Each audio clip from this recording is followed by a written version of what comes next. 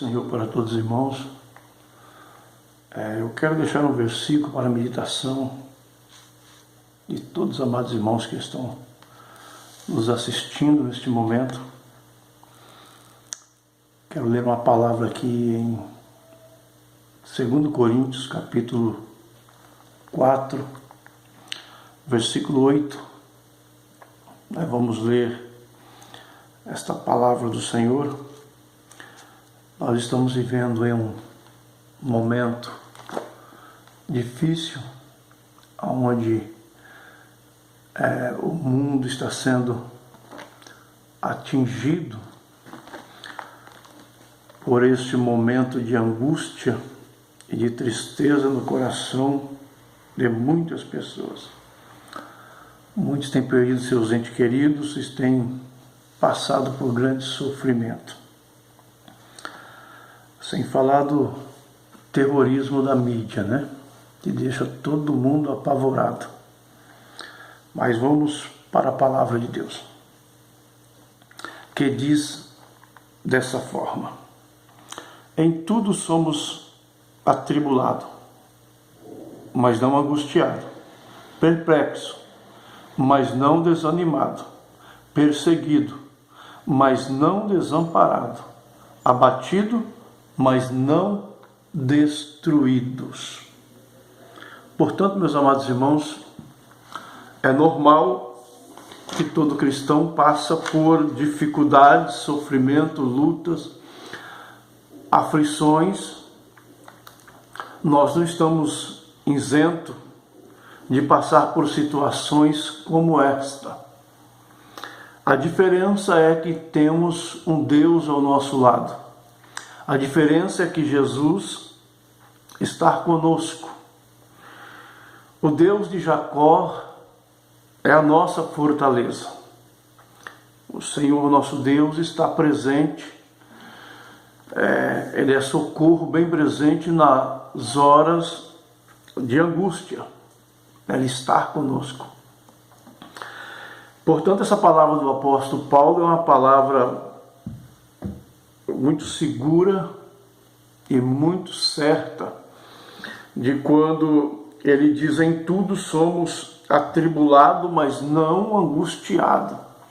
Jesus disse: no mundo tereis aflição, mas tende bom ânimo, eu venci. Nos dando então a entender que nós passamos por aflições, mas o Senhor é quem nos dá livramento, que nos abençoa. Salmo 34, versículo 19, está escrito: muitas são as aflições do justo, mas o Senhor a livra de todas. Então Deus está presente no momento de aflição, no momento de angústia. Deus está presente em nossa vida. O segundo ponto que o apóstolo Paulo coloca aqui podemos ficar perplexos, mas não desanimados. Podemos nos apegar em situação que vai nos causar um certo espanto, ou talvez ficarmos meio que indeciso, mas isso não é motivo para que nós venhamos nos desanimar. Por quê? Porque o Senhor, Ele nos ama. Lembramos que no Romanos capítulo 8 e versículo 37, Paulo diz o seguinte: mas em todas essas coisas somos mais do que vencedores por aquele que nos amou. A vitória nossa, Deus estar presente, não é porque nós somos bonzinhos, é porque Deus nos ama. Sendo assim, irmãos, mesmo que ficamos perplexos diante de alguma situação, não podemos desanimar, porque sabemos que Jesus está no controle. Jesus está no barco. Muitas das vezes nós nos esquecemos, como os discípulos esqueceram que Jesus estava no barco, no momento da tempestade, no momento daquela angústia toda que os discípulos estavam passando. Jesus estava presente em todo o tempo no barco. Talvez Jesus estava esperando o momento em que alguém clamasse a ele, ou o mais correto que eu acho, na minha opinião, Jesus estava esperando que alguém tomasse uma decisão de fé para repreender o vento e o mar. Porém, não foi tomada essa decisão e Jesus, em seguida, quando se coloca de pé, chama a atenção dos discípulos e diz: ainda não tendes fé?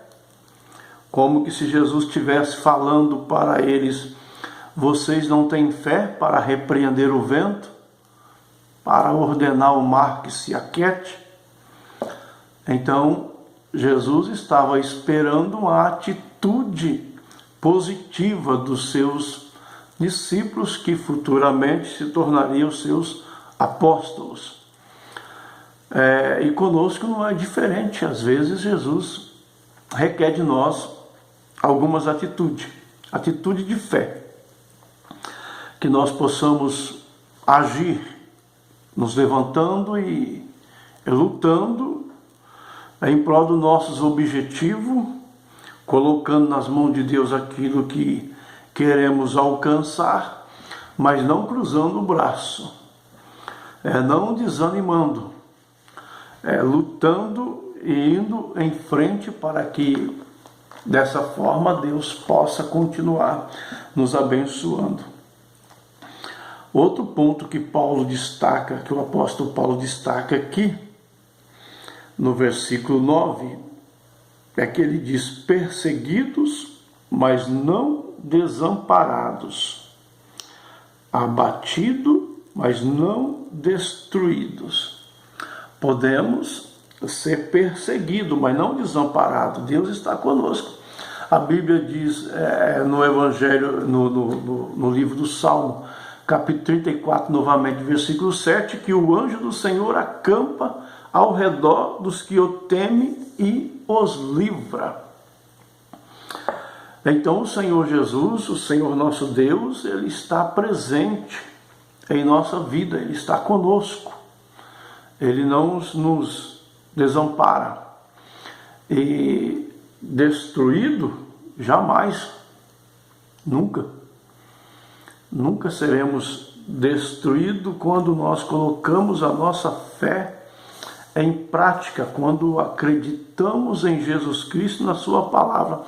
A Bíblia diz: crer no Senhor vosso Deus e estareis seguro, e nos seus profetas e prosperareis.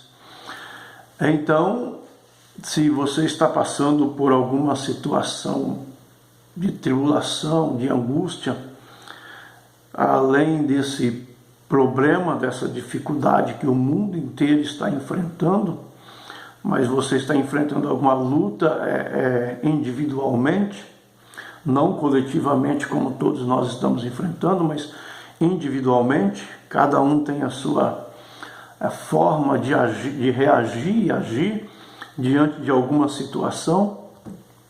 Nós estamos calmos, tranquilos, esperamos em Deus, mas tem pessoas que estão em desespero, sem saber como agir, sem saber que atitude tomar.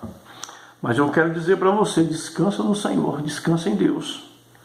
Fique tranquilo, deixe Deus trabalhar ao seu favor, deixa que Deus age por você, e ao mesmo tempo você faz a sua parte, que é buscar ao Senhor, que é clamar ao Senhor, que é buscar a presença de Deus. E nós estamos em uma época em que precisamos tomar uma decisão de realmente amar a Deus. Jesus fala lá em Mateus, no capítulo 22, versículo 36 e 37,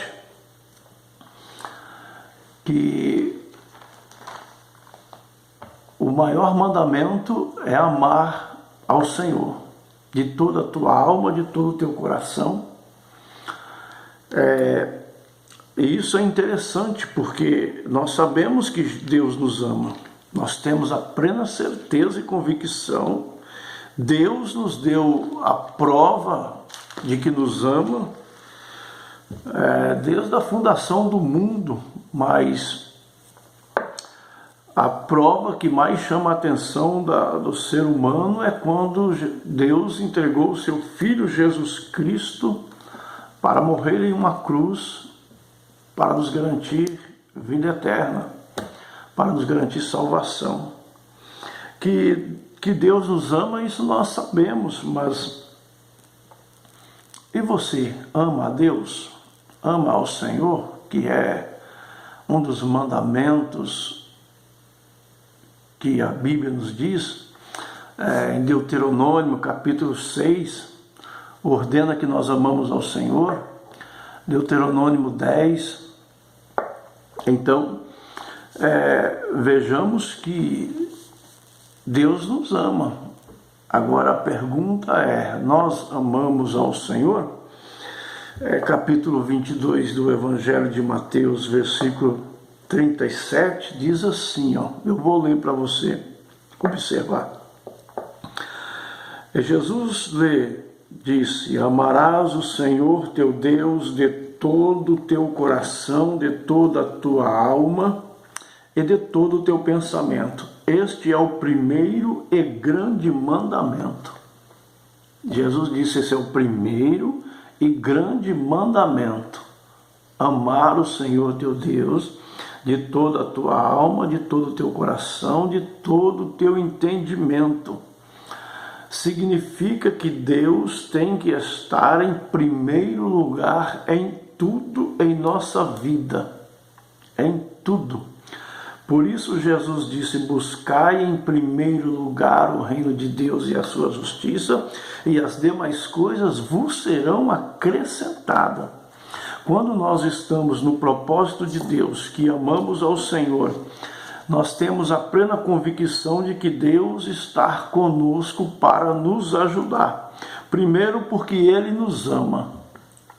Segundo, porque nós procuramos retribuir este amor para com Deus, também amando ao Senhor.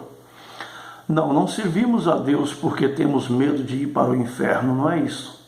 Servimos a Deus por gratidão, por todos os benefícios que Ele tem me dado. Salmo 116, versículo 12 a seguir, o salmista diz o seguinte: que darei eu em troca de todos os benefícios que o Senhor tem me feito? Foi uma pergunta que ele fez. Em seguida ele mesmo responde: tomarei o cálice da salvação e invocarei o nome do Senhor.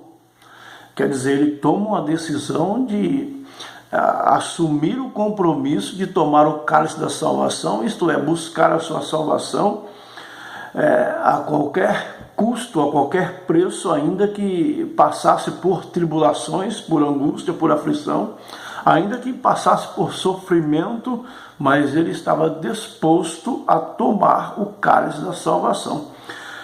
Nós sabemos que o próprio Jesus, ele ora a Deus e diz: Pai, se for possível, afasta de mim esse cálice. Naquela época o salmista já entendia, tinha a revelação de Deus e sabia do que ele realmente estava falando. Ele tinha certeza do que ele estava falando a respeito da salvação. Então, temos que tomar atitudes no momentos difíceis, confiante de que Deus está conosco, está ao nosso lado e que Ele nos ajudará. Que Deus vos abençoe.